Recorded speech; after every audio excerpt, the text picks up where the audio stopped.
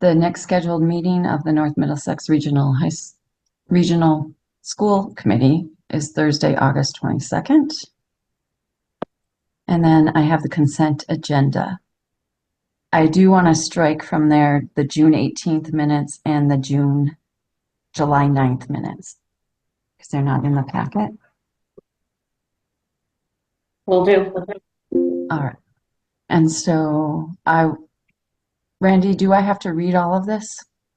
Is that what we have to do with consent agenda, or can I just say the consent? Usually we just said I move to approve the consent agenda as presented on the agenda.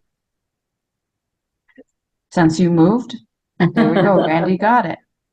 I'll second. And June is the second. All right. Randy. Yes. Jill. Yes. Lisa. Yes. June. Yes. And myself, yes. All right, and we have a public communications from It's Kathy Balearis. Kathy Balearis. If I can ask her to raise her hand so I know which one is her, that would be great. Oh, okay. I'll allow her to talk. All right, thank you. Kathy, you have 3 minutes, if that works. Can you hear me okay? We can hear you. Oh, great. Hi. So I know it's been over a couple months since there was mention to appoint an Ashby resident to the Finance Subcommittee. Correct me if I'm wrong. I think Will had brought it up at one of their meetings. And I know June has requested input several times to get the ball rolling, and I guess hasn't really been able to get headway. I totally get what you guys have been going through. There aren't enough hours in a day, I'm sure, especially on a volunteer basis. I've been there. But it would seem that being able to do something like this so that Ashby is represented and allowed to contribute to that process would be a tremendous help, and something that I don't think would take a heck of a lot of extra work and meetings to make it happen. But that said, I'd like to ask if the Finance Subcommittee, or maybe the school committee as a whole in its entirety, allow the Ashby Select Board and June to work together to find an appropriate candidate to appoint to serve on the Finance Subcommittee. Given the time that's passed, and I think probably within the next several weeks, you guys are going to be starting this budget thing all over again. I would ask that tonight, either when the Finance Committee gives their report, or perhaps under new business, if this could at least be discussed, so that people kind of have an idea of, you know, what direction it's going in and how we can move forward in a reasonable time frame. And I think that's all I have. So thank you. Thank you, Kathy. And I'm going to let June take it when we get to the Ashby part of it, and then we can discuss it in there, if that's okay. Does that sound okay, June? Sure. Yep, that's fine. Sounds good. Thank you. Because June and I spoke today about it, and Will had spoken to me about this as well, and we've discussed it in some conversations that an Ashby representative should be in. We just don't know the process quite yet, or the Well, and correct me if I'm wrong, but this is kind of uncharted waters. So that's why I'm just throwing it out there that, you know, maybe the select board working able to possibly come up with someone that they might want to suggest. we will discuss that and figure out. I think it's with the Finance Committee as well. Right. And so, Okay. Thank you. And there's no scheduled finance committee meeting as of now. Oh. Okay, So, all right. all right. Thank you. Yep, thanks. Thank you, Kathy. All right. I do have to say that with my report, I attended the alumni concert last night, the music concert by Joe Clark, Alex Nick, and Noah Lazier. And it was a great concert, and it was great to see the alumni come back and do a concert. Very talented group of young individuals that have done well and are going to continue on in their music pursuits. So I thank them for coming to NM and presenting for us. All right, Brad, it's on to your report now. You're on mute. I do not have a report until we discuss the handbook and bullying prevention and intervention plan later on in the meeting. All right. And I'm going to ask the committee that we move the handbooks up early because we have Mrs. Comwell Gap and Chantel Umstead on the call. And if they'd like to continue with their evening as they've been at a conference all day, if that's okay with the committee members, if we move it forward. Okay. All right. We'll go to the handbooks. Any question with the handbook? I guess it's just one handbook. Anyone on the committee have any questions that can be answered? Randy. Just so everyone knows, I had a couple of really fairly minor changes that I had submitted to Brad. They had changed, but the document in the package has not changed. And it was, again, small stuff on the school committee members. It still has June as vice chair. Under, positions, some say member, some say chair, some say a town name. The towns, some say at large, some say a town. Just a couple of clerical things there. And I'm happy to update the school committee portion of that handbook. So at this point, everything that Ms. Rush had forwarded on to me, I did share with Ms. Cromwell Gap and Ms. Olmsted, and we did make all of the updates. The only thing we have not been able to change, because I believe it's actually on the policy itself, is the formatting of the school committee policy ACAB, just because it's on the website. So I believe we have to actually change that on the website. it's really on the website like that?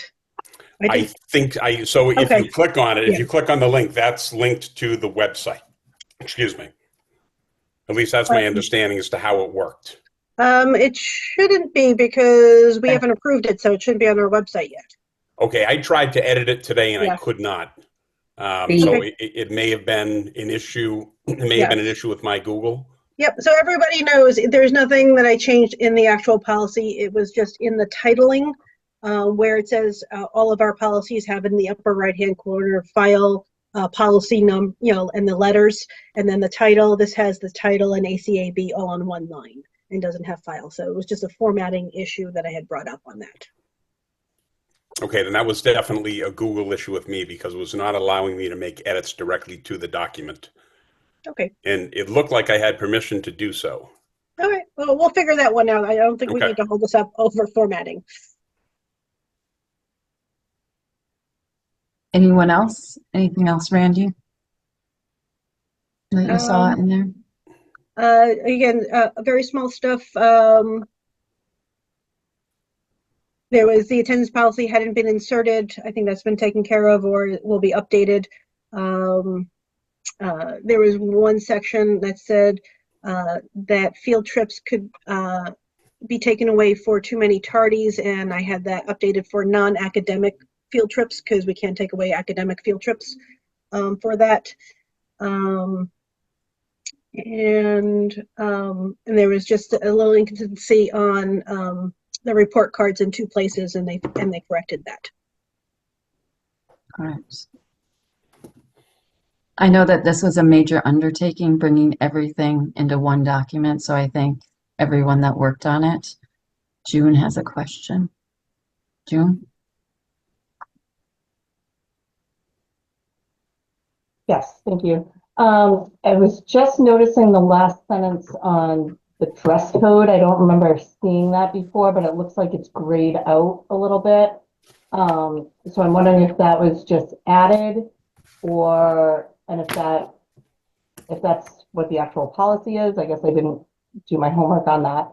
But the statement is students should not wear any clothing that undergarments are visible to others, as it can be distracting to the learning environment for both students and faculty. So, I mean, I get what the point is, but I mean, if a bra strap was showing or something, I wouldn't want a kid to get in trouble for that. So I was just kind of curious when that got added, if that's new, if it's necessary to be part of this. I think that was a recent addition. I know that combining the dress codes of 3 different levels was a little bit tricky, to say the least. I know at the high school level, it was requested that get added in.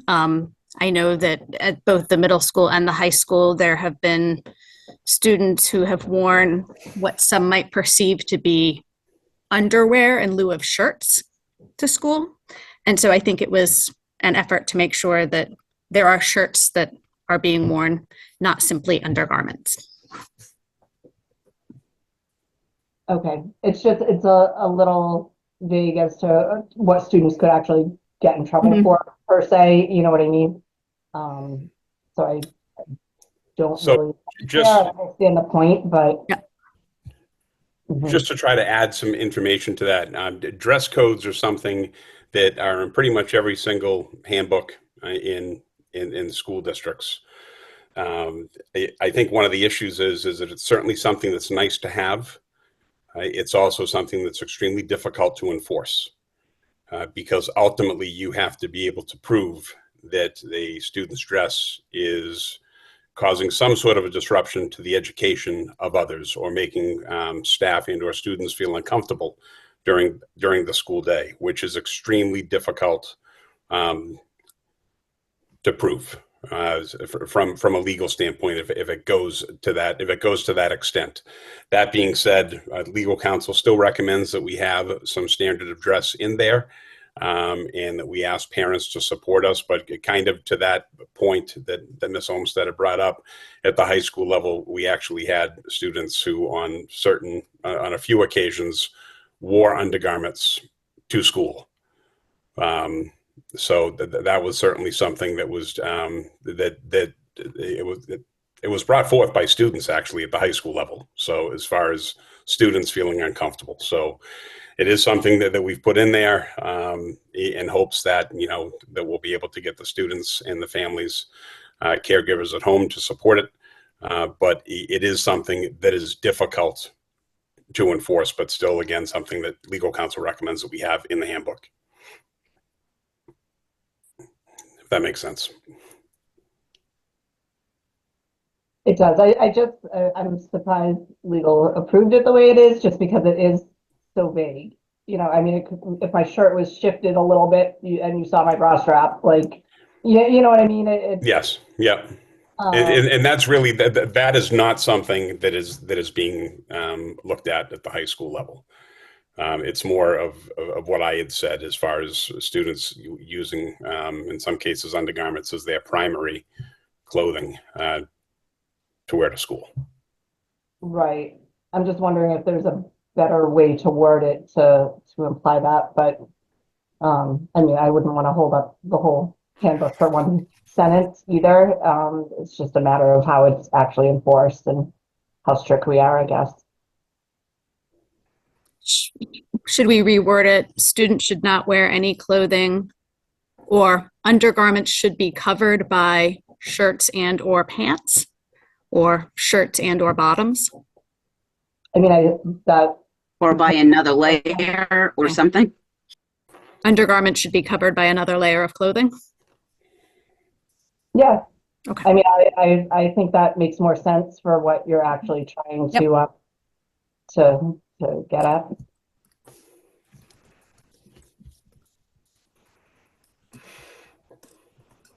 Anything else from anyone?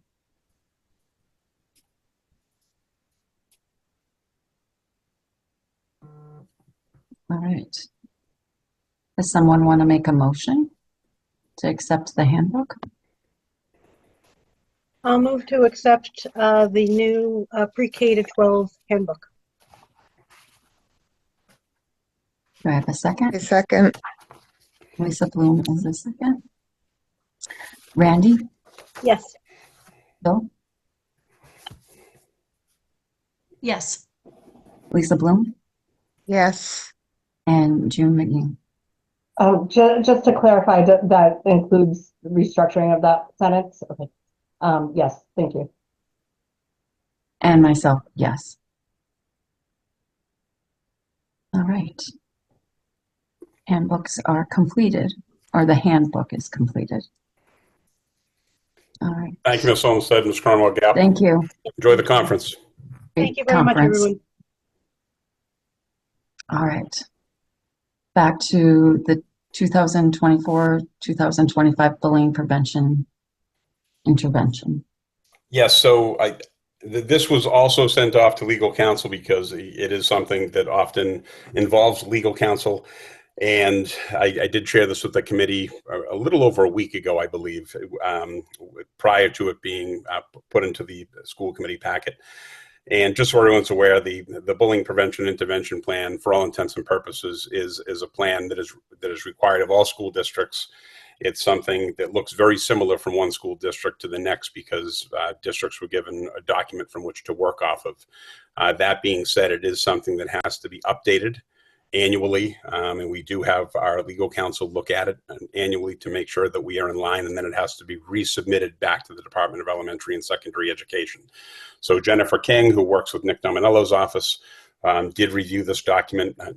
She reviewed the handbook as well, made several recommendations, most of which are just, again, updating both state guidelines, but also the law with how things are defined. And the recommendations, you should be able to see the comments in the document that I sent you, or the changes. But again, they're all legal changes. And outside of that, the only other substantive changes that have been made was in Appendix A on page 16 and 17. Some addresses and some contact points were updated as well. Outside of that, and some minor, again, minor updates with administration. For instance, there are some things that still have to be updated. We still have Mr. McMahon in as the high school principal, but this does, much like the handbook, have to be read through one more time. But outside of that, I'm just asking for approval on the legal recommendations from legal so that we can go through this again. And again, from the district's point of view, I wanted to get this to the committee as quickly as possible. I gave this to the committee soon after I received it from Attorney King, and just seeking approval. That's it.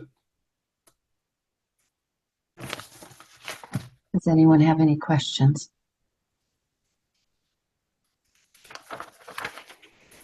Randy? Yes, kind of more for the school committee. Historically, a lot of the things like with the bullying prevention, with a lot of the special education that comes with really heavy with the MGL law, kind of dictating what we have to do and how we have to do it. The school committee, and I don't think the public really has dived into these documents. So I'm just wondering, on a year-to-year basis when we're updating these, is it just legal that we're updating, or are we evaluating how the bullying prevention is working in our district and making changes on the lower level, not just on the legal end? Same thing with some of the other documents for special education. Are we going through an evaluation process internally for any changes that are specific to our district other than just the legal requirements? So aside from updating in the bullying prevention intervention plan, some of the things that the school district is doing, so access to resources and services, which is on page 6 and 7.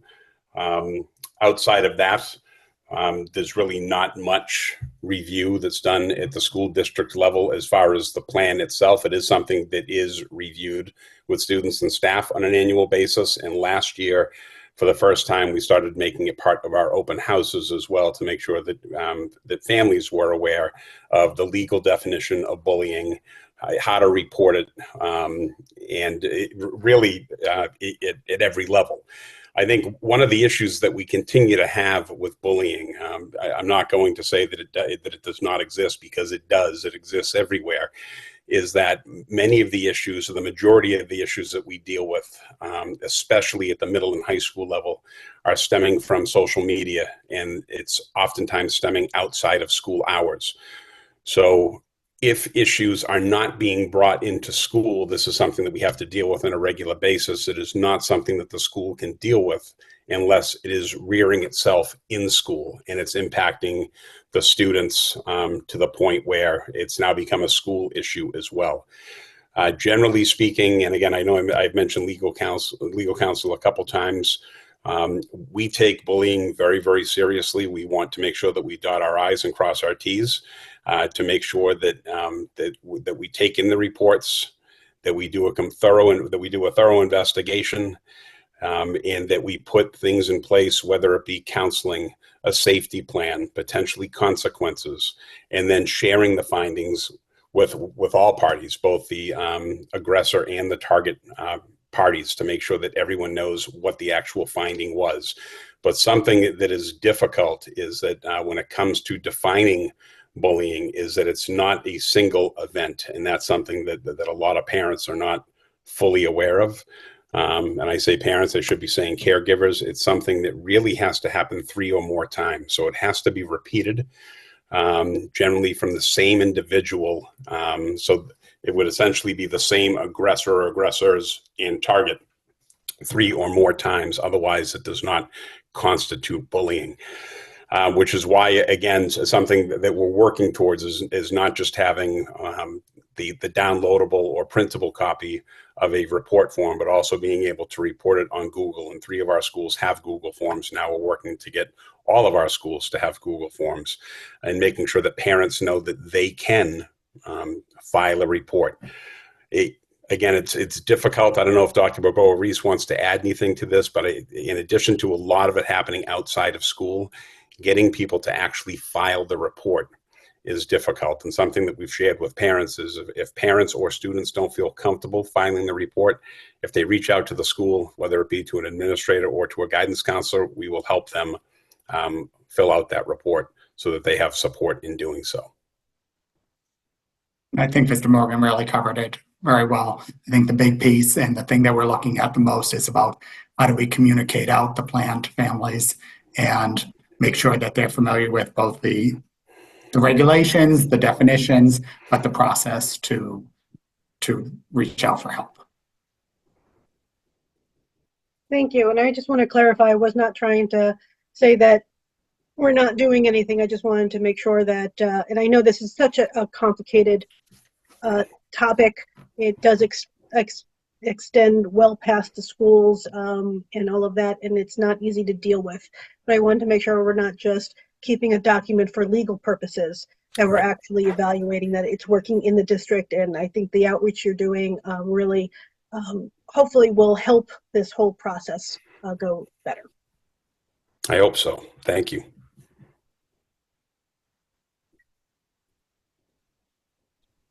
All right. Do we need to make a motion on this to approve? Or It does have to be approved by the school committee. Randy? I will move to approve the legal recommendations for the bullying prevention plan with the administration piece of it to be updated to current staff. I'll second. And June is the second. Jill? Yes. Lisa Bloom? Yes. June? Yeah. And Randy? Yes. And myself, yes. Thank you, everyone. Thank you.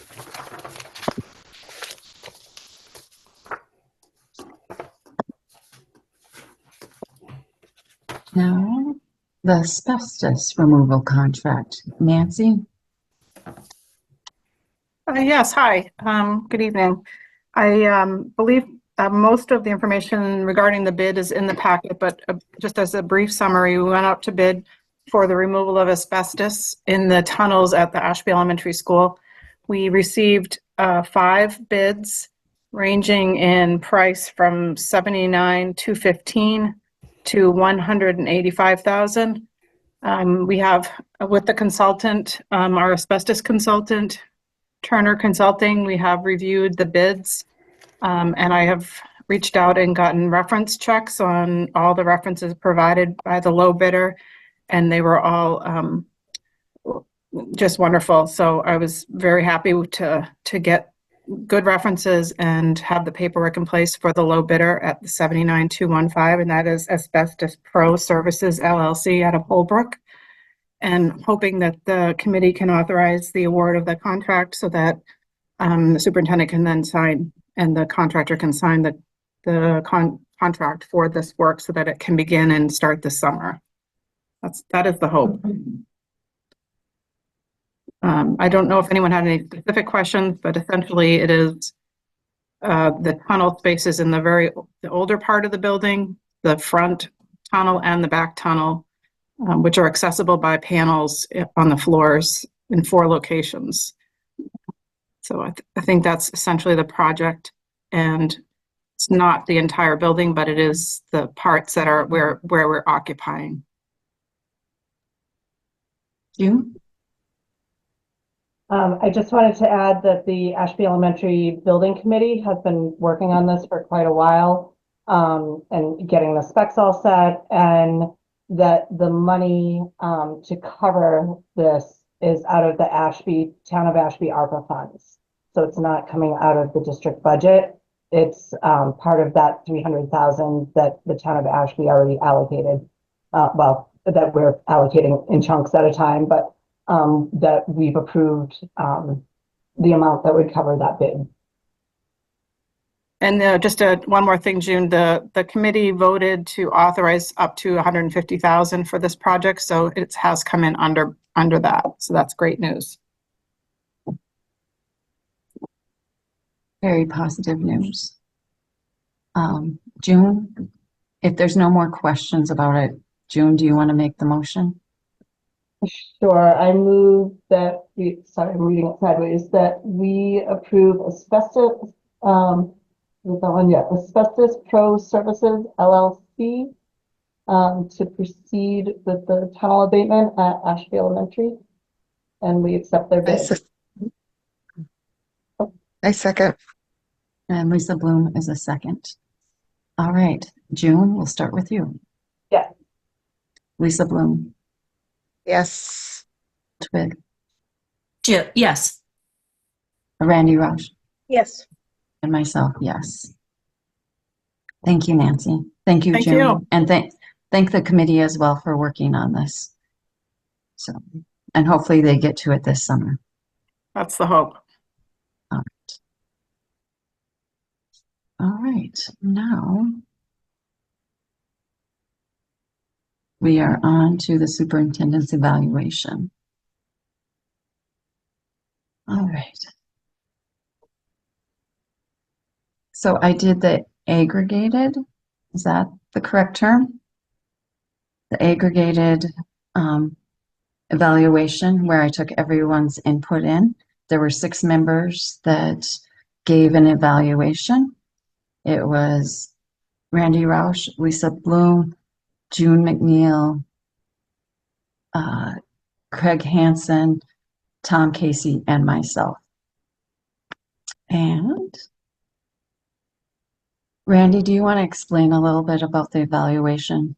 You've been doing it longer than I have been, so you can explain. Yep, no problem. The evaluation, this is the end of the cycle summative evaluation report. So in the beginning of the school year, Mr. Morgan had presented us with some goals that he had for the district. We accepted them as a committee and voted on them, and thus he started working on them throughout the year along with all of his other duties. He submitted to us his self-evaluation, letting us know any evidence that he had of completing or where he had gotten with all of the different goals. And then each member goes through, it's a standard form that is given by the DESE. And we go through and we have different ratings for different goals. There's the 3 goals that he had and we rate him on did not meet, some progress, significant progress, met or exceeded. And then there are 4 standard sections that we evaluate him as well. Now, under each one of these standards, there's probably 6 or 7 different substandards, and it's very difficult to, in 1 year, to evaluate on every single one of these. So along with his goals in the beginning, the specific subsections that relate to the goals that he had for the year or what we're evaluating him on, and those are given when he does his goals in the beginning of the year. Let me just here get down to a section. So under standard 1, which is instructional leadership, there's a 1A, B, C, D, E, and F. Pertaining to his goals was 1B and 1E, which are instruction and data-informed decision making, and that's what we base most of our evaluation of his performance for the year on these. And then at the end of, when everyone hands them in, the chair will go ahead and do a summary of everybody's and an average to get the full committee's evaluation of the superintendent. Is that what you were looking for, Lisa? Exactly. That was everything that we needed. Thank you. You're welcome. Mine would have been much shorter. All right. And so on the progress of the 3 goals, so there's professional practice goals, student learning goals, and district improvement goals. Brad only had 2 of these this year. It was the student learning goals and the district improvement goals. And both of those have been met according to our evaluations of the committee. Then through the instructional leadership, these are called the standards, the standard or performance on standards. There are the 4 that Randy had talked about: instructional leadership, management and operations, family and community engagement, and professional culture. And the committee as a whole rated him proficient on all of these. And then the overall rating was proficient as well. Then there were the comments all put together. Randy, what's the standard for reading some of these or all of them, or? We really haven't had a standard. There's usually a lot of it. The document is a public document and everybody can take a look for themselves. It's a lot of reading to be done if we try reading all of it. Yes. And so was everyone on the committee able to review and look at the document as a whole?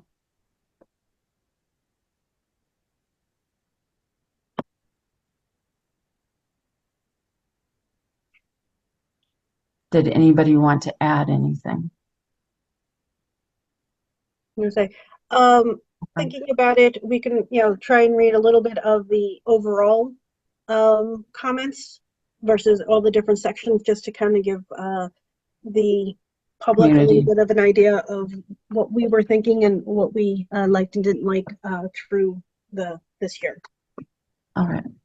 So I'll do the step 4, the evaluator comments. That's the area, the summary area.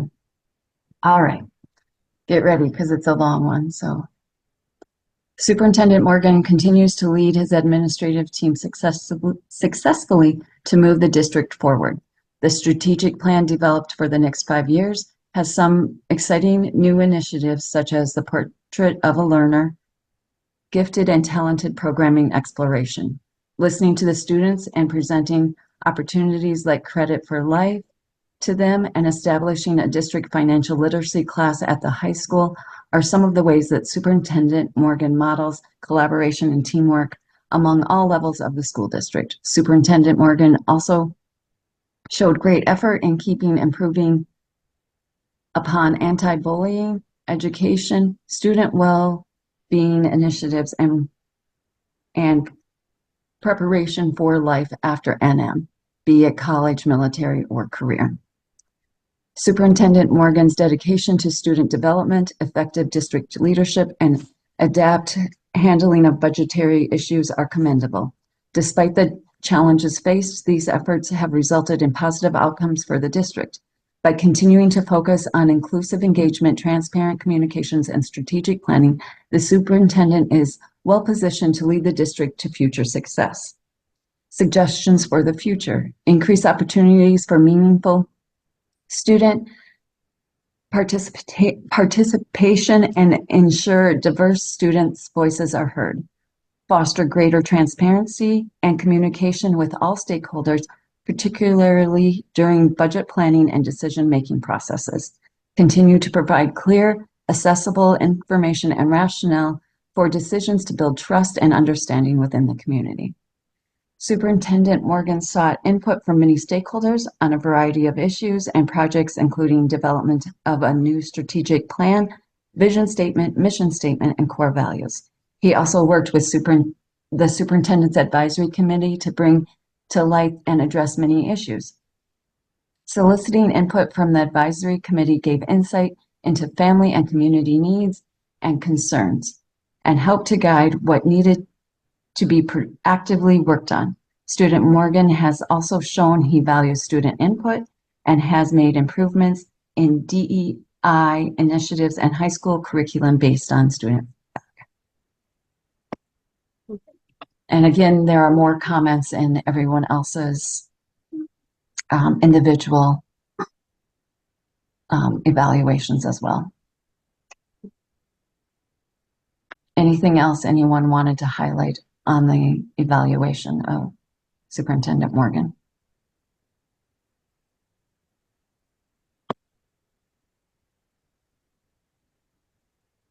And I know it's difficult, as I would not ever want to be evaluated in the public. And I mean, superintendents go through this, so it's just one of those crazy things. So I'd just like to say thank you to Superintendent Morgan for the past year. Well done, and look forward to seeing what your goals are going to be for the next year. I thank the committee as well. Thank you very much. Anyone else?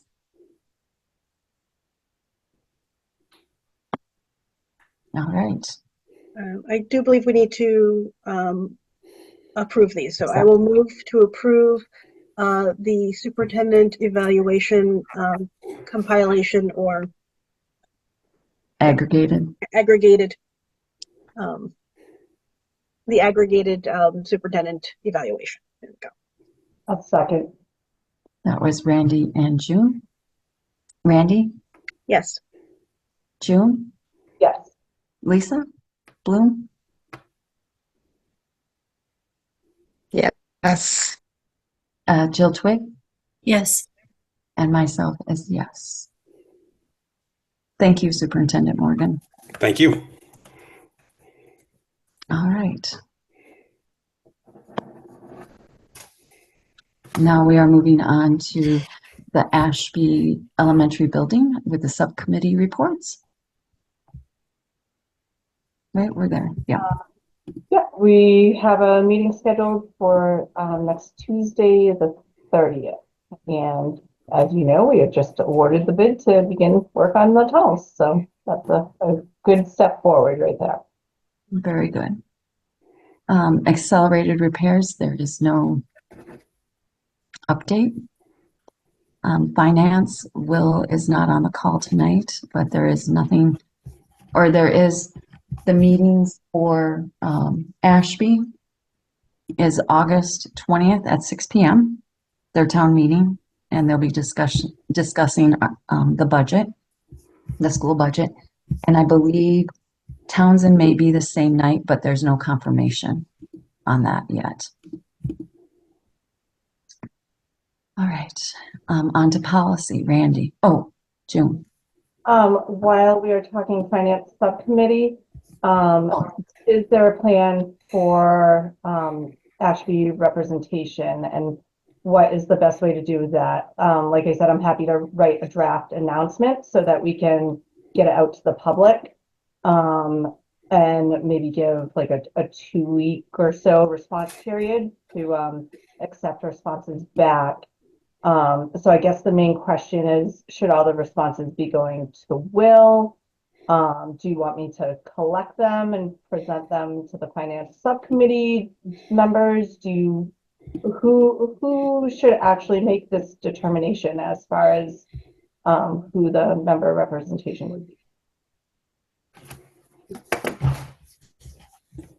So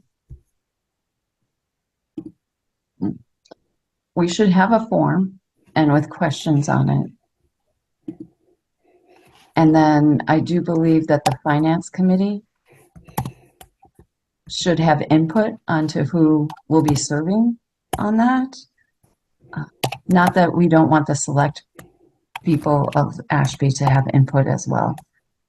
How does everyone else feel? I mean, it's fine. I'm happy to share input. I don't need to be the decision maker on it. I think the select board is probably fine with, with anybody that we would pick that was qualified. I guess based on the question to ask. I'll let her chime in. Randy? I believe when we were first discussing this, when we did the subcommittees and talked about having community members on the subcommittees, we were going to leave it up to the chair of the subcommittee to appoint somebody to the committee. So I would say that all inquiries should probably go to Will, and then he can decide whether he wants to make the decision or bring it to the subcommittee where the community member will serve. Okay, I'm happy to, like I said, I can draft up some questions. I'll send it to you guys for feedback, and then and we can have Will be the contact that any of the responses are sent to.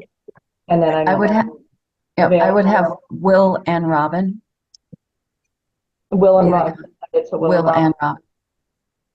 Now, I will say that it should, ultimately all community members need to be approved by the whole committee, but I think the recommendation should come from the chair of each subcommittee. And that's fine. I mean, I'm happy to give input just because I know most of people in Ashby, so chances are I will know the people that send in applications, but we'll see. So either way, but I would like to get the ball rolling on that because, as you know, I'm not able to join every subcommittee, and that just happens to be one during my work hours. So I typically I haven't been able to participate. So I think it is important to have Ashby represented as soon as possible. And June, I do believe that we'll appreciate your help to get that rolling. Okay. That sounds good. Okay, thank you. Thank you, June. All right, on to policy, Randy. There are 3 policies this evening for a first reading. I'm going to take the ACAB sexual harassment separately because this has not been vetted through the policy subcommittee. This came in from the attorneys after we had our meeting, but it's important that we get this going forward. It is just a first reading, so we'll have a chance to look at it and make any suggestions if something comes up after the fact. So I will move to have the school committee approve policy ACAB sexual harassment for a first reading. I second. That is Randy and Lisa. June, do you have a question? I do. I didn't see that one in the pack. Oh, you know what? It's in a separate folder. Sorry, I completely missed that it was in a separate thing. That was my fault. No problem. Yeah, sorry. I put it in a folder because there were a couple of documents. So it came. So this is included in the employee handbook, which does not need committee approval. It came from the HR director with recommendations from the attorneys. Okay. I'm okay moving forward based on putting it out to the public for a first reading and First stuff. reading. And I'll make sure I go through it more carefully. If anybody has any questions or concerns, go ahead and forward them to myself or to Robin, and we can address them either at the subcommittee level if there's something large, or if it's something small, we can make an adjustment before we vote for adoption. Randy, when is your next meeting for policy? We have a meeting on the first, 6th. the 6th. Is it? I think it's the 6th, Coming up the first Randy. week. That's, yeah. On the 6th. August 6th. Okay. And that one generally is just for the 5-year review, but we can throw other things in if something really comes up. And then the 3rd week, I try and have one in the 3rd week, which is for policies that come up like this and that need to be adjusted more quickly than just a 5-year review. I'm just looking to see if I have that. So I think it's on. It would be the 20th. Yep. Okay. So Would be that yeah. that would give us enough time before the next meeting. Yes. Okay. Yeah, and what I do is, so they'll be posted on our website. Once they're approved for first reading, they're posted on our website, and it gives the community an opportunity to review and provide feedback. If I get any feedback, I forward it to Randy. She's the chair, so she can be proactive and start researching and looking at what it is that she wants to do for the meeting. And then it comes back a second time before the full committee for adoption. All right. Are we ready for a vote? Any more discussion? All right. Randy, Yes. Lisa, Bloom, Oh, well, hold on. I'm gonna pull up my Zoom. Yes. June McNeil, Yes. and Jill Twig, Yes. and myself, yes. All right. And then the next two, actually, I want to take these separately. I'm looking at it because the next one is the use of cell phone and portable communication devices. This is a brand new policy that we're presenting to the committee and to the community. It is policy JICJ as well as GBEF, as it'll be in 2 sections within our policy handbook. So again, this is a brand new policy. We do not have one in the district yet. So I will move that we approve JICJ and GBEF, use of cell phone and portable communication devices, for a first reading. I second. That is Randy and Lisa Bloom. All right. Jill Twig, Yes. June McNeil, Yes. Lisa Bloom, Yes. Randy Rausch, Yes. and myself, yes. And the last policy that we have is policy JH, student absences and excuses. This has been modified based on input from the 3 different levels of the schooling, elementary, middle, and high school. And just trying to enhance and make sure that we have policies in place that help us to help the students. So I will move that we approve policy JH, student absences and excuses, for a first reading. I second. So Randy Rausch and Lisa Bloom. All right, Randy, Yes. Lisa, Yes. June, Yes. and Jill. Yes. That's all I have. So, No, I don't. I'm sorry, Randy. JF school admissions? I don't see it on the agenda, so I didn't. It's on the updated agenda. I tried opening all of them. I didn't see it. it's on my agenda here. So Hold on. I was just going to ask if you Okay. do that one. I thought I had opened up all of them and didn't see it, but I could be wrong.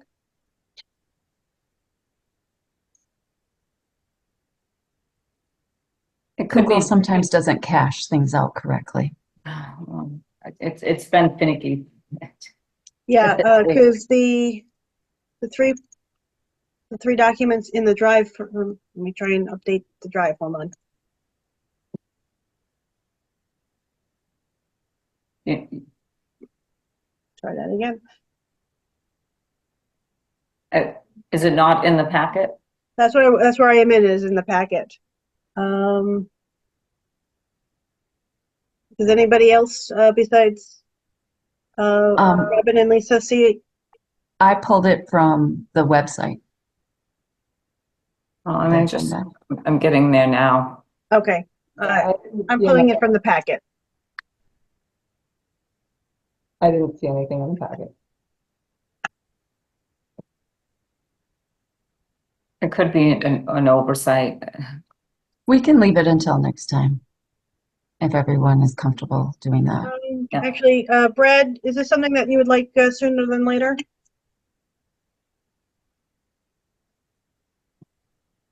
It could impact the beginning of the school year.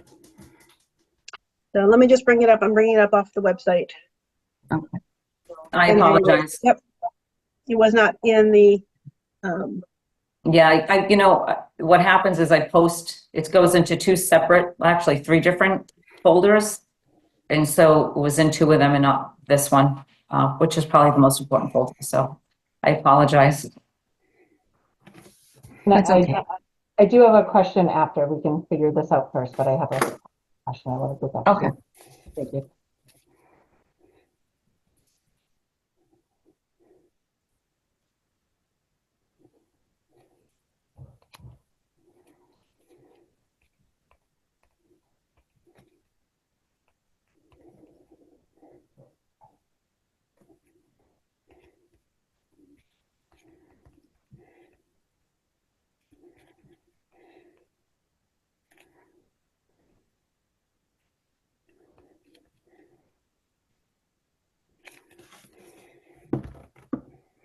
You're on mute, Randy. thank you. Go I ahead. says the policy is not in the packet, or with the link from the website.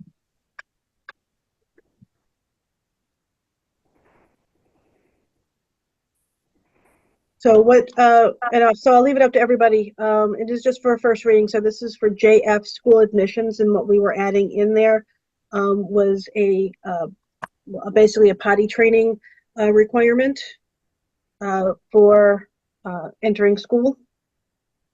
If you feel comfortable for a first reading, you'll get a chance to take a look at it and give us any feedback. But this will allow us to have this in place for the beginning of the year if there aren't any objections to it. And this is just the first reading. This would just So be a people first do reading. have come back Yeah. back with suggestions. Okay. June has her hand up. June. I just shared it with all of you. I'm sorry to interrupt. So. Sorry, I have my hand up to ask a different question for after, but to clarify, when you say to start school, this is for preschool, not like kindergarten level. Oh, the potty training sentence is for preschool. It would be Pre-K and K. yes. Yeah. And there is an expectation for grades 1 through 12 for them to be potty trained as well. Gotcha. But it has a definition of what completely toilet trained children are considered. 1, those who do not wear diapers or pull-ups. 2, can let an adult know when they have to go to the bathroom. And 3, have 2 or fewer accidents per week. Okay, yeah, I just got it. I mean, I'm fine going to the first reading with this. I just wanted to clarify. And again, if they medically, there are kids that Yes. cannot be potty trained. That's Yeah. the exception. Just to be clear with the public. Thank you, Lisa. So I will move to approve JF school admissions for a first reading. I second. That it's Randy and Lisa. June, Yes. Randy, Yes. Lisa, Yes. Yes. also yes. June,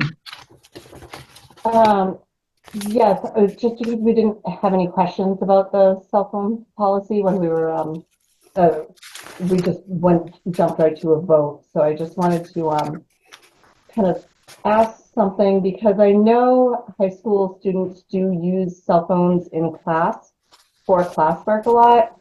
And I know that like a no cell day was kind of tested in school last year at the end of the year. So I got a lot of student feedback from that and was told that oftentimes when they are going into their Google Classroom, it's much faster for them to just pick up their phone and go on there rather than grab a Chromebook, try to log in. Like by the time they get into it, everybody's already moved forward that much. So I did want to just kind of give that feedback that students regularly use their cell phones for classwork, for Google Classroom.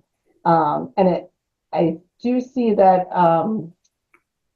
so that at its sole discretion, the school administration may grant exceptions for cell phones and PCD use based on critical needs and appropriate documentation.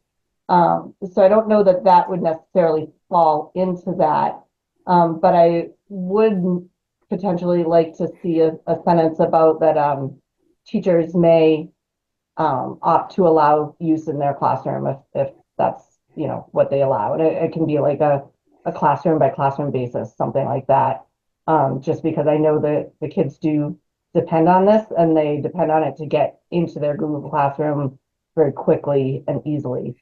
So if we can think about potentially adding a sentence for teacher approval on a class by class basis, something like that. Just so you know, I had brought that up with Jeremy Hammond when we were looking at this policy and had brought up that point that a lot of students like their phones better because they're faster. And he has told me that he's gone throughout the day at all kinds of different times when everybody's on, when nobody's on, and he's not seeing a lag or a speed issue with the Chromebooks. Again, I'm sure, phones typically, my phone at home a lot of times is faster than my fast computer at home. So it's a matter of, is that speed absolutely necessary? Can they use the Chromebooks? But I can certainly bring this back up with the high school principal and see if they, the interim, that they be amenable to having that classroom by classroom. And just so you are aware, as far as the documentation for the exceptions for using the cell phones, and that's for more medical devices, like kids with diabetes have their CGM, which is their continuous glucose meter, is usually tied to their phones, and they see their number on where they're running on their phones. So a lot of times, some things like that, we obviously will allow for medical reasons. Okay, thank you for clarifying what that meant. But yeah, if you wouldn't mind just asking if that's something to be considered a classroom by classroom basis. I think that would be good to just look into right now. Lisa Bloom? Yeah, I just wanted to mention to you, June, that on our policy meeting, Lori Smith did attend with us, and she was a big part of making a lot of these decisions within the high school.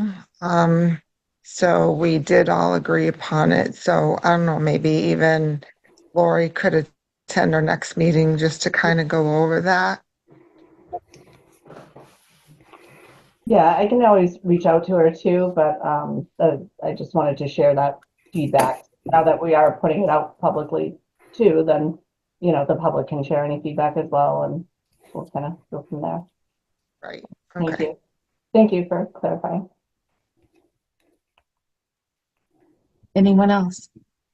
Anything?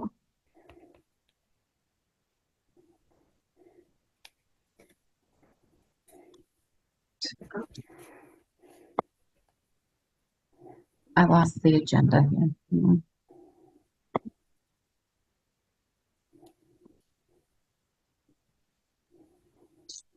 Next would be the warrant subcommittee. Anybody? Yeah. Yeah, warrant. Pat's not on. Nope. Patrick McPhillips. Negotiations. There's nothing from the teachers for now. Non-teachers, Randy? Nope. Nothing. Community outreach, June. Just a quick note that I do know that Ashby, Pepperell, and Townsend leadership met about a week or so ago, and we're meeting again, I believe, today. But I just thought it was a nice thing that the towns are all starting to really work together and collaborate and stuff, and I think, you know, that will help in working with us as well. So I thought that was a nice thing. And I know that Brad has already sent out a message about his summits, the budget summits for next year as well. I have nothing from Pepperell. Will from Townsend. Nothing at this time either. All right. Somebody want to make a motion for executive session? I move that we meet in an executive session pursuant to MGL Chapter 30A, Section 21A for the following purpose. Purpose 7, to comply with and act under the authority of any general or special law or federal grant in aid requirements, the approval of executive session minutes dated June 13th, 2024. And purpose 3, to discuss strategy with respect to and in preparation for collective bargaining with the North Middlesex Regional School District Teachers Association, because an open discussion may have a detrimental effect on the bargaining position of the committee. And the committee will not reconvene in open session. One second. All right, you said June seconded? Yep. Randy? Yes. Lisa Bloom? Yes. June? Yes. Jill? Yes. And myself, yes. We are now going to executive session. Thank you, everyone, and from the public for joining. Robin, do I read this again or wait Nope, until? you'll read that when we get in executive session. See you there. Thank you.